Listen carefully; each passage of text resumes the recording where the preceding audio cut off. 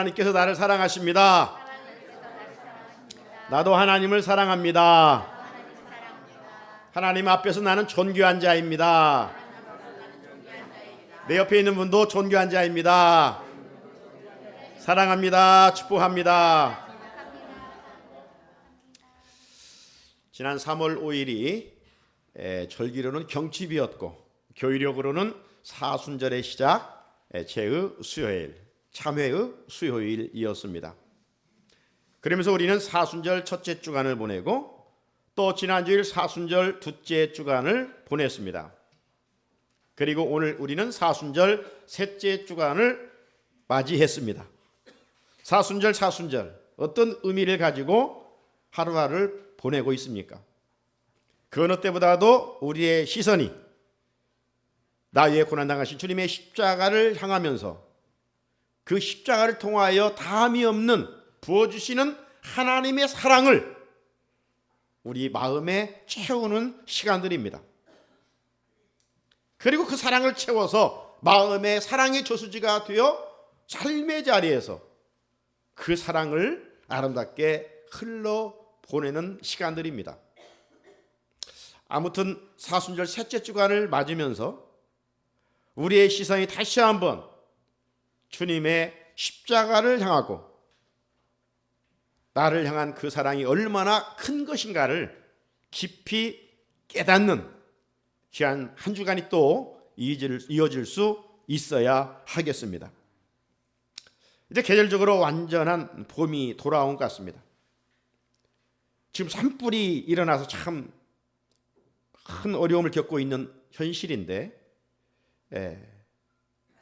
참 정치도 그렇고 또 우리 주변 상황도 그렇고 어렵습니다.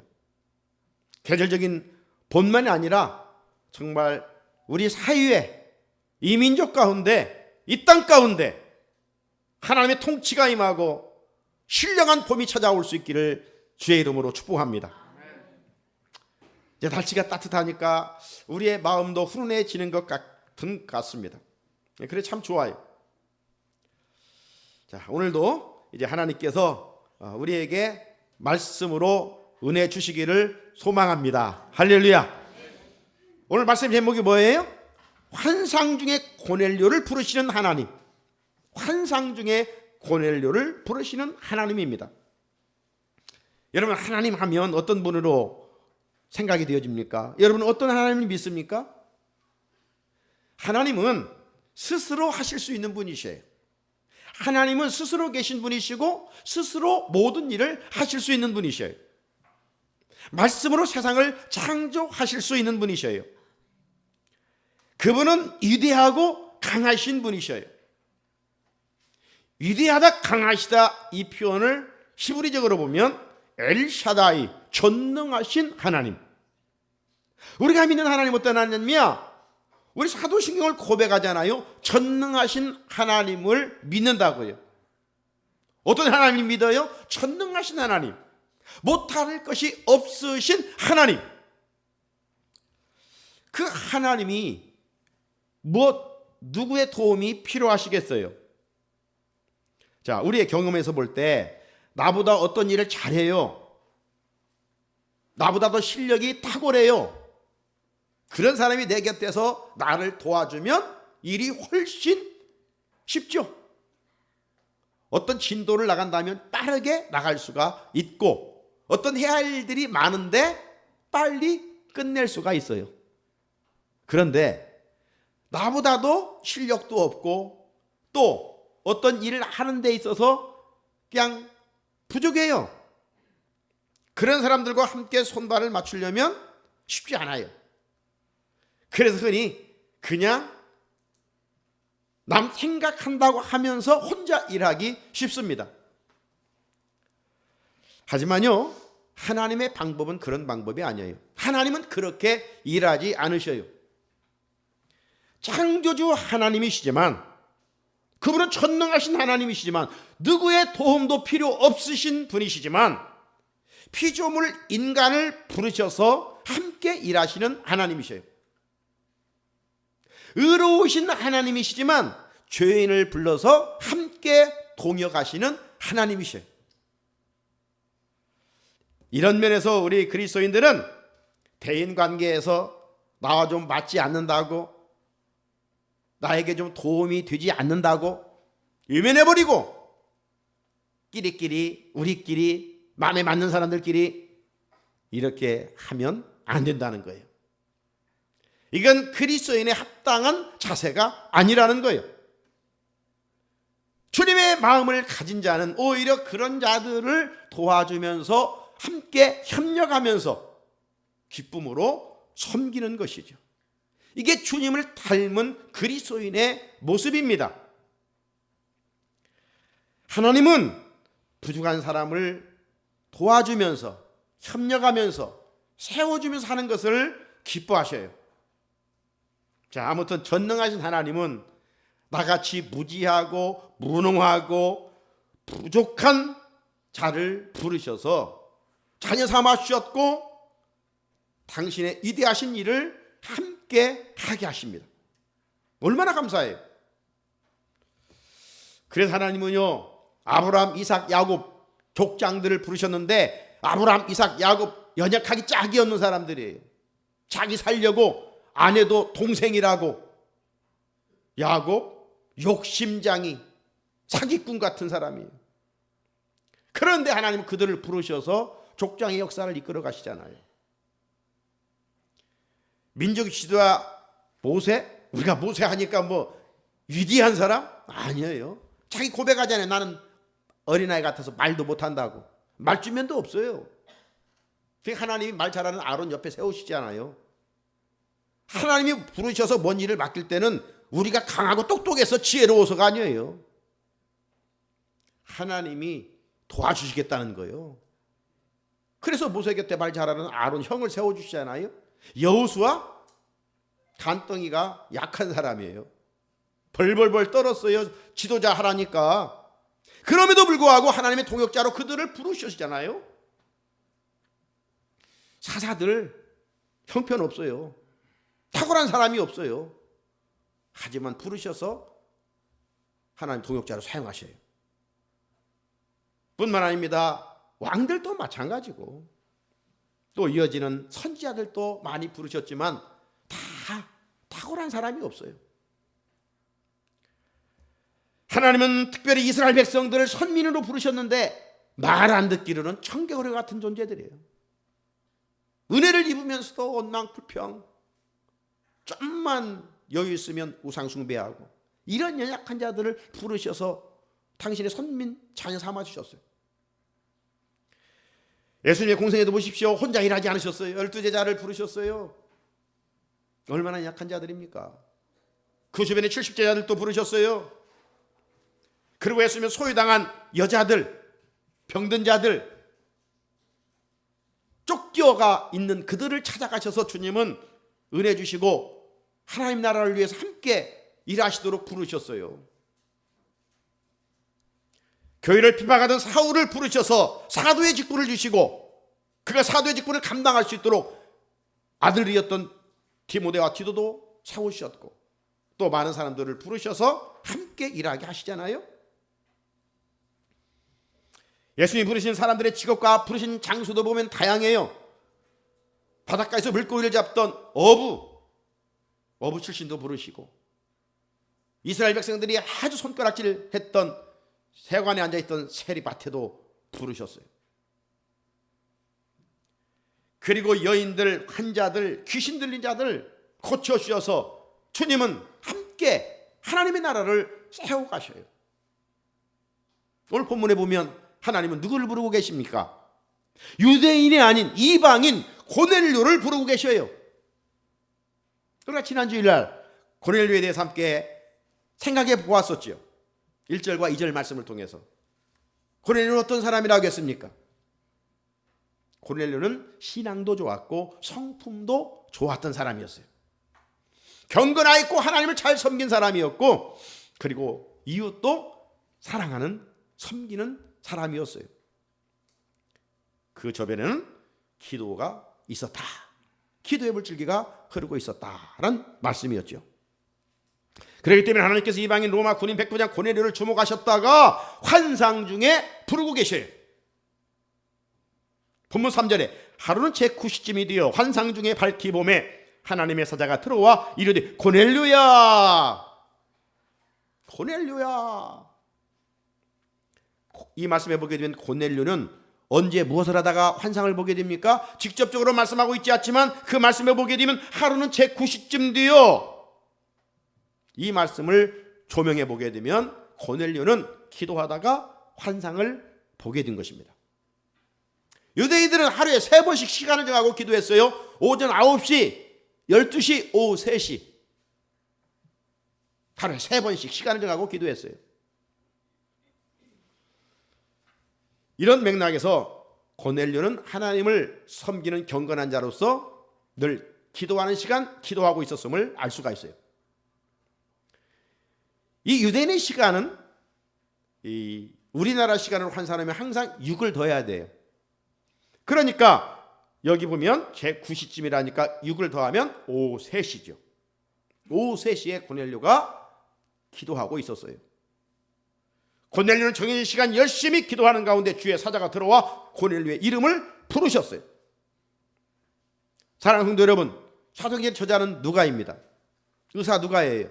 누가가 고넬료의 기도 시간을 밝히고 있는 것은 그가 규칙적으로 기도하고 있는 사람이라는 것을 보여주기 위함입니다.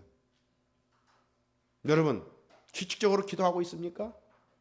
기도가 영혼의 호흡이라고 한다면 여러분은 얼마만큼 삶의 자리에 주님의 이름을 부르면서 기도하고 있습니까? 만약 기도하지 않고 주일날 한번 단지 성전에 올라온다면 사람을 만나러 오는 종교인에 불과합니다. 내 삶에 기도가 없다면 내 힘으로 사는 하나님 오실 때 교만하기 짝이 없는 사람입니다. 기도의 자리가 있어야 돼요. 주님과 교제하는 자리에 있어야 돼요. 이방인 백부장 고넬료는 이만큼 경건한 생활을 한 사람이었어요. 그렇게 주의 사자가 찾아와 그 이름을 불렀어요. 여러분, 신앙생활을 하는 중에 은혜를 입는 통로가 다양합니다. 그런데 은혜를 입는 통로 중에 가장 중요한 통로는 기도입니다. 기도하는 시간에 주의 영이 임재해요. 하나님은 기도하는 사람을 만나주셔요. 야곱이 욕심장이었지만 그의 이름이 이스라엘로 바꿔지잖아요.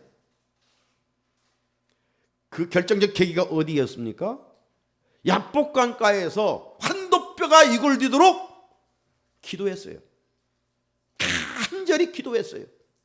형 에서를 만나기 전에 기도했어요. 그러다가 새 이름을 얻었고 새 사람이 되었어요. 모세 역시 기도하다가 하나님의 임재, 주의 임재를 경험했어요. 여러분은 시편 말씀을 읽어보면 다윗의 시가 주를 이루는데 다윗이 그런 시를 짓게 된 삶의 자리는 어떠했을까요? 고난과 시련과 역경의 자리였습니다.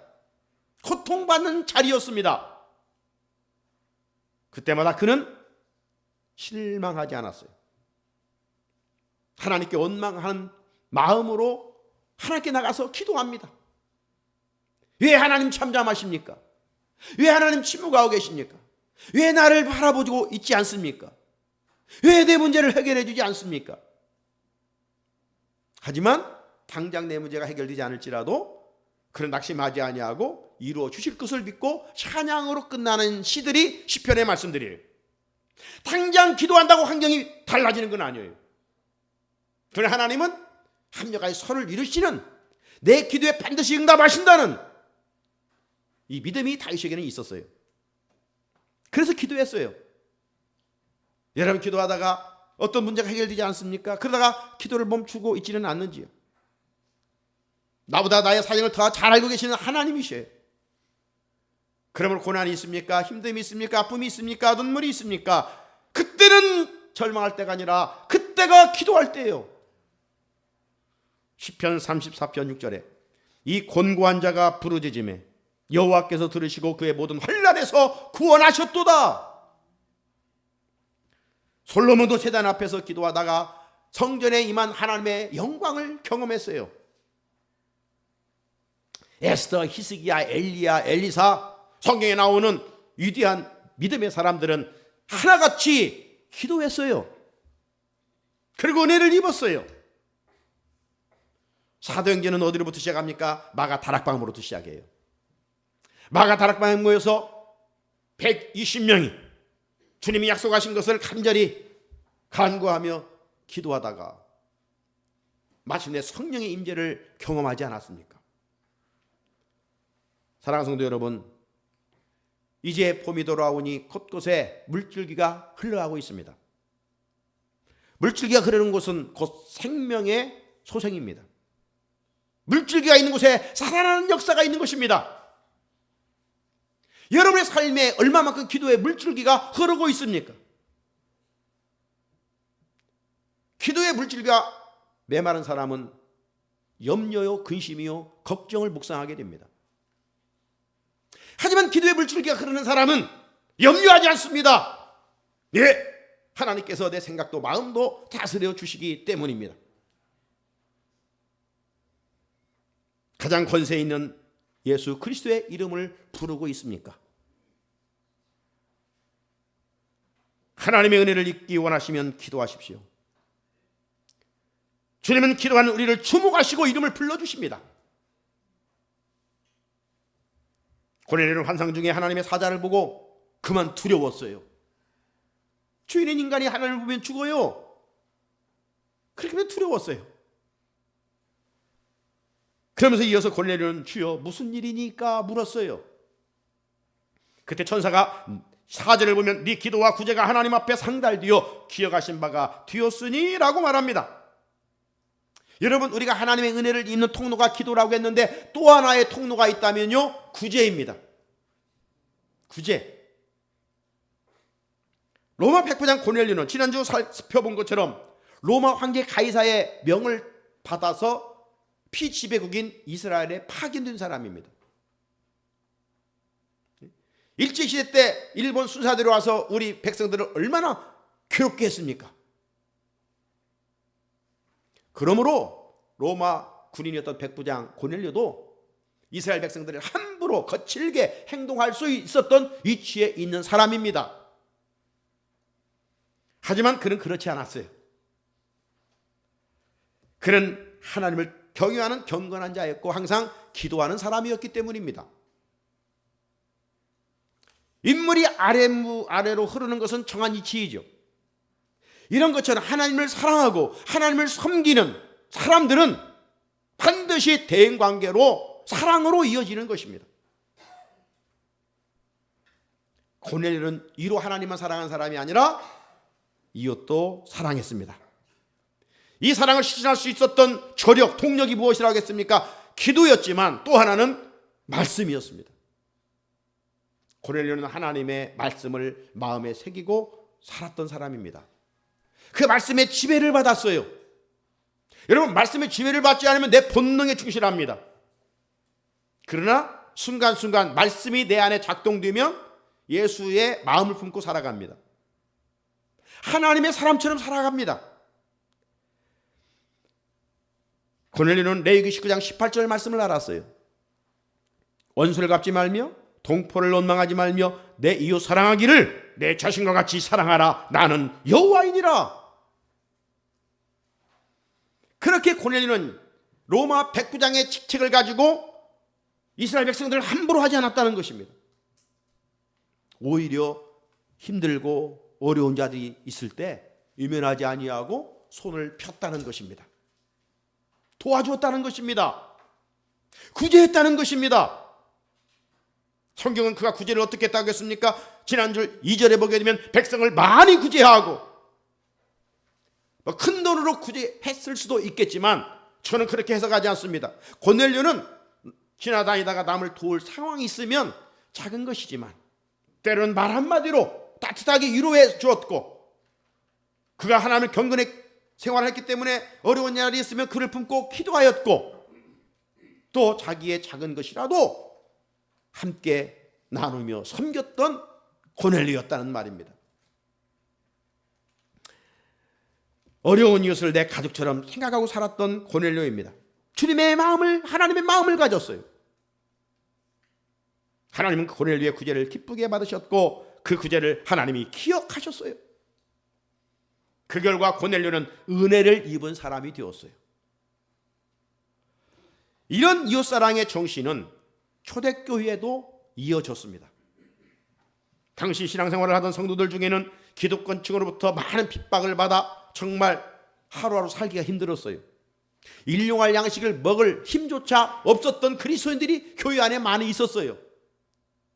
그런 가운데 교회 안에 좀 넉넉한 사람들이 있었는데 그들이 자기만을 위해서 살지 아니하고 은혜를 입어 교회 안에 가난한 자들에게 자기들의 재산을 팔아 사도들 앞에 내놓았습니다. 사도들은 그 재산을 가지고 어려운 사람들을 섬겼던 것이죠. 이렇다 보니 세상에는 극빈자가 있었지만 교회 안에는 가난한 자가 없었어요. 이런 모습을 사도행전 2장 44절은 믿는 사람이 다 함께 있어 모든 물건을 서로 통용하고 유무상통한 초대교회가 됐어요. 그래서 예루살렘 교회는 누구나 본받고 싶은 이상적인 교회입니다. 사랑하는 성도 여러분, 은혜를 입는 통로는 먼저 기도라고 했습니다. 여러분, 누군가 나를 위해 기도하고 있습니다. 그런 의미에서 우리는 누군가를 생각하고 중보 기도할 수 있어야 됩니다. 하나님, 우리가 누군가를 품고 기도하려고 하고 있을 그때 이미 그 기도를 받으시고 우리를 향하여 축복의 문을 여십니다. 또 하나 은혜의 통로는 구제라고 그랬습니다. 우리는 주님으로부터 엄청난 은혜와 사랑을 입은 자들입니다. 그 받은 은혜와 사랑을 어떻게 갚아 나갈 수가 있겠어요?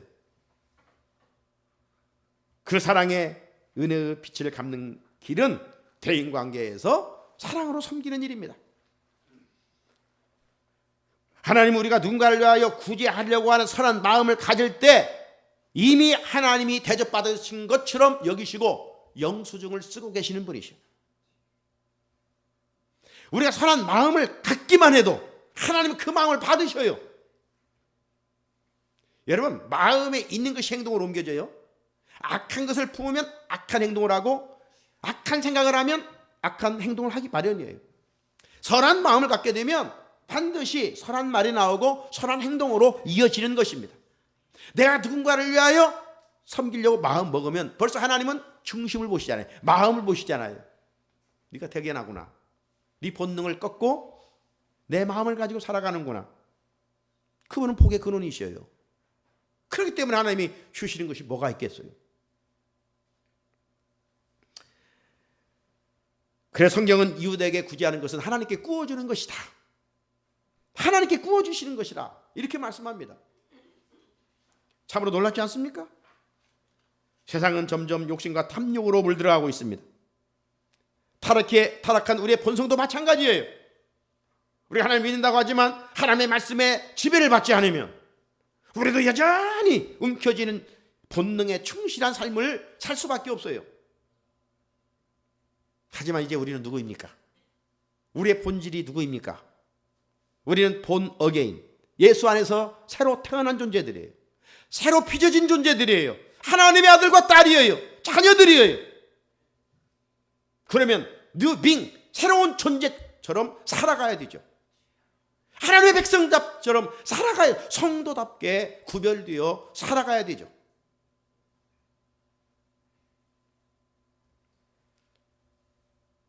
빚을 내어 구제하라는 것이 아니잖아요.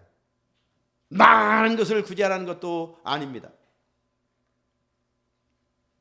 한 번쯤 내 주변을 바라보고 작지만 손을 펴라는 말씀입니다. 누군가를 위해서 밥도 한번 사보고 누군가를 위해서 차 한 잔도 대접해보고 주일날 우리 성도들을 또 사랑의 마음으로 친교실도 한 주씩 섬겨보고.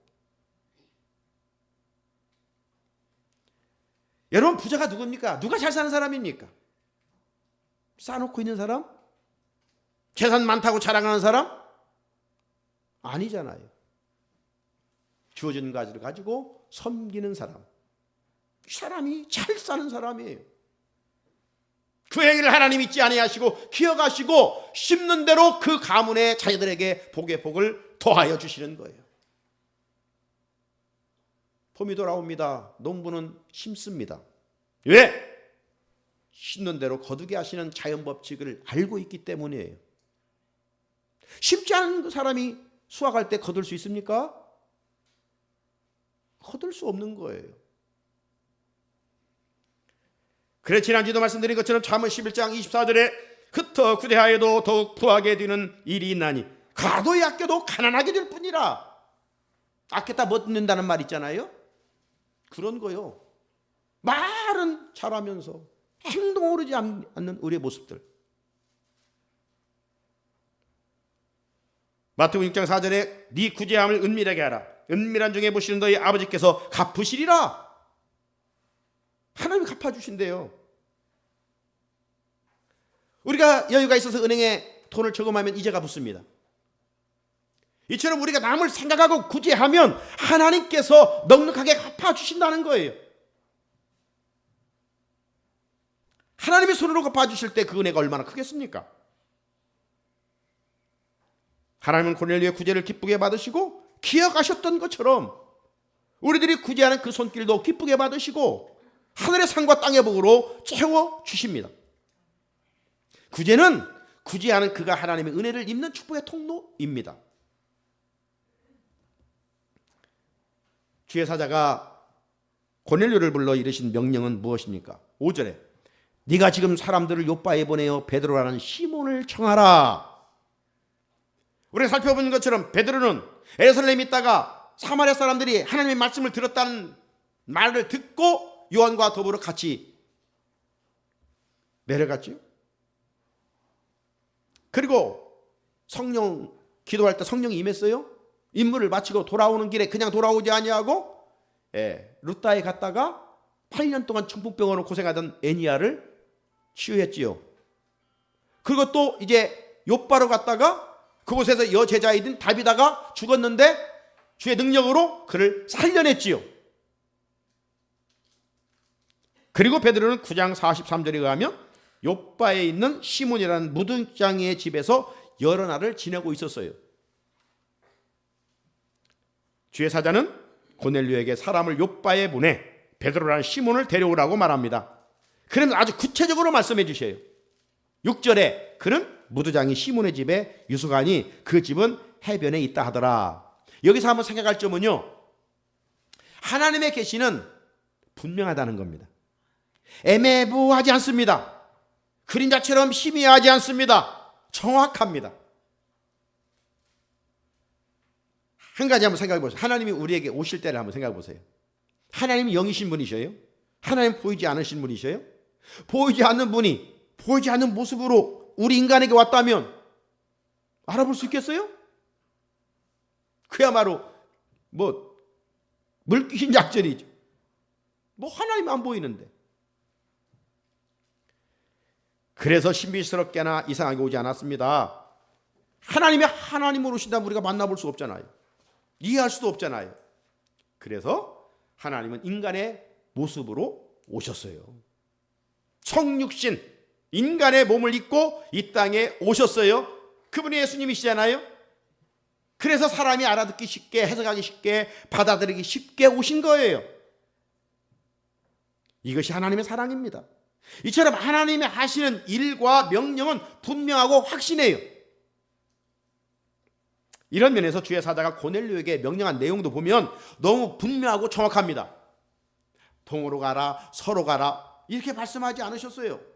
요바로 가라, 지명을 정확하게 말씀하셨어요. 그리고 초청할 대상도 분명하게 정해주었으면 누구입니까? 베드로라는 시몬을 청하라. 또 베드로가 누구의 집에 있다고까지 정확하게 알려줍니까? 누구의 집에 있다고요?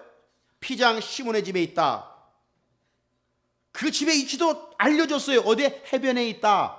산속에 있지 않고 해변에 있다. 놀라운 것은 주의 사자가 고넬료에게만 계시한 것이 아니라 바로 베드로에게도, 요바에 머물고 있는 베드로에게도 환상을 통해서 알려주었다는 것입니다.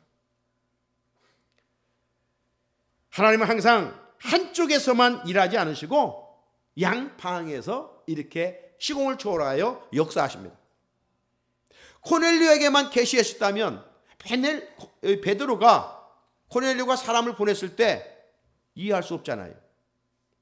그런데 우리가 다음 시간 살펴볼 내용을 보게 되면 베드로도 기도하는 시간에 하나님이 환상을 보게 하셔서 그 환상의 내용이 무엇인지 몰라 고민하고 있었을 때 마침 고넬료가 보낸 사람을 통해서 알게 돼서 이제 그 자들과 함께 욥바로 내려가지 않습니까? 가이사라로 가게 됩니다. 에디오피아 내시 우리 살펴봤었죠? 술에서 이제 절기를 마치고 내려가고 있는 중에 이사야 말씀을 읽잖아요. 무슨 말인지 도저히 몰랐을 때 하나님께서는 빌립을 보내서 이사야 말씀을 해석하고 그 고난받는 자가 누구인가를 알게 해주시잖아요. 하나님은 이처럼 양방향에서 역사하시는, 그리고 분명하고 확실하게 일하시는 분이셔요. 막연하게 일하시는 분이 아니에요. 준비 없이 일하시는 분이 아니에요. 하나님 정확하고 분명하게 역사하십니다. 그러므로 중요한 것은 우리가 하는 일이 이게 내 뜻인가 하나님의 뜻인가, 이게 중요한 거예요. 믿음으로 이게 하나님의 뜻이라 여기면 염려하지 마시고 행동하십시오. 하나님이 내 인생을 책임져 주시고 영광스럽게 해 주실 것입니다. 주의 사자가 고넬료에게 정확하게 알려준 다음 호련히 떠났어요. 이제 하나님의 뜻을 알게 된 고넬료는 어떻게 행동합니까? 7절 8절 마침 말하던 천사가 떠나매 고넬료가 집안 하인들과 부하 가운데 경건한 사람 하나를 불러 이 일을 다 이루고 욥바로 보내니라. 고넬료는요 주저하지 않았습니다. 명령을 즉시 행동으로 옮깁니다. 그런데 이 말씀을 보면 고넬료는 집에 있는 사람 아무나 보내지 않습니다. 어떤 사람을 보내요? 하인들과 부하 중에 경건한 사람을 보냈어요. 경건한 사람을 보냈어요. 저는 이 말씀을 읽으면서 이런 교훈을 얻게 됩니다. 하나님의 일을 하기 위해서는 세상에 능력 있는 사람이 중요한 것이 아니에요. 하나님의 일은 경건한 사람, 믿음의 사람, 기도의 사람이 필요하다는 것입니다. 하나님의 일은 세상적인 스펙이 좋은 사람이 하면요 제 잘난 맛에 하는 줄 알고 자기가 똑똑해서 하는 줄 알고요 하면서도 교만해요. 그리고 하면서 다른 사람 상처 주기 쉬워요. 왜? 하나님이 영광 받지 아니하고 자기를 드러내니까. 기도한 사람은 자기를 드러내지 않습니다. 기도한 사람은 겸손합니다. 오히려 다른 사람을 높여주고 마침내 하나님께 영광을 돌리는 것입니다. 또 하나의 교훈은 하나님 뜻 앞에는 머뭇거리지 말고 손해보는 것 같지만 그래도 즉시 순종하라는 거예요. 우리가 하나님의 뜻을 모를 때는 망설일 수도 있어요. 주저할 수도 있어요. 내 생각대로 할 수도 있어요. 하지만 이것이 하나님의 뜻이라고 여기면, 믿으면 지치지 말고 행동으로 옮겨야 합니다. 고넬료는 즉시 순종했어요. 우리 요나 알지요? 하나님께서 니느웨로 가라. 그런데 자기 생각대로, 니느웨는 자기 백성을 너무 괴롭히니까 저놈들은 멸망할 백성들이지 구원 얻으면 안 돼. 자기 생각대로 하나님의 뜻을 버리고 욥바로 내려가서 항구에서 배를 타고 다시스로 반대 방향으로 갑니다. 여러분, 우리가 하나님의 말씀을 거스르면 금방 어려운 일이 당하는 게 아니에요. 잔잔해요. 하지만 그 잔잔함은 얼마 가지 못해요. 하나님이 준비해 놓은 무서운 풍랑이 기다리고 있어요. 요나에게는 하나님의 사명에 충성해야 할 시간이 있기 때문입니다. 용도 폐기용이 아니에요. 요나는 아직 요나가 할 일이 있어요. 그게 사명이에요. 사명이 끝나면 죽는 거예요. 요나의 삶이 끝났다면 물고기 뱃속에서 죽었을 거예요.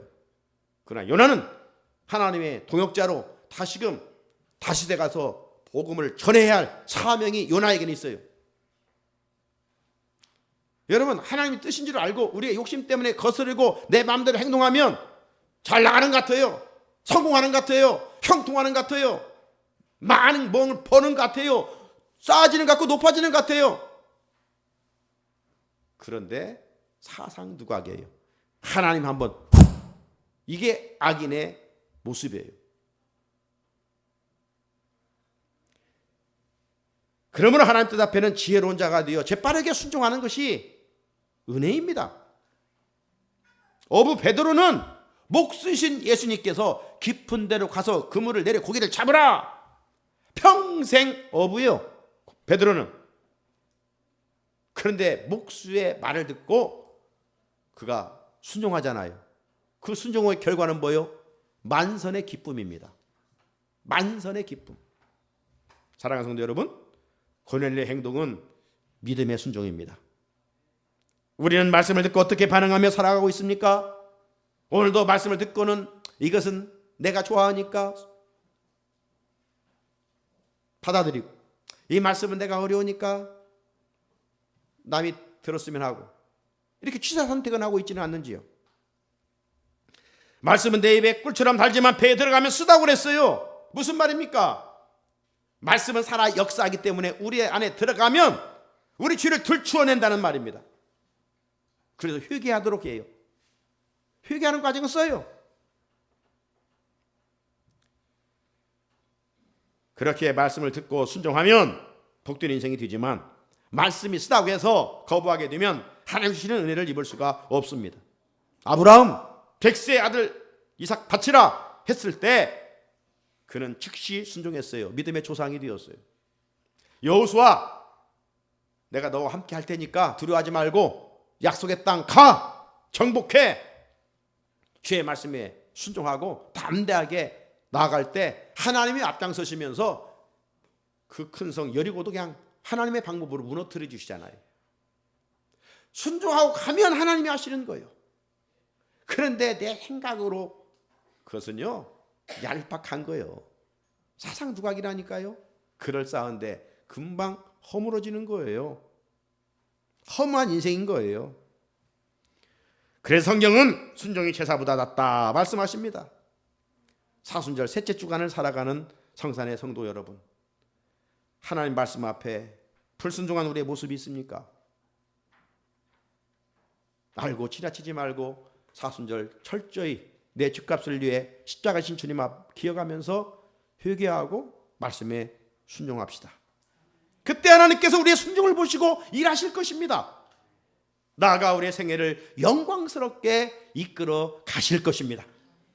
이 귀한 은혜가 오늘도 말씀 듣는 우리 가운데 임할 수 있기를 주님의 이름으로 축복합니다.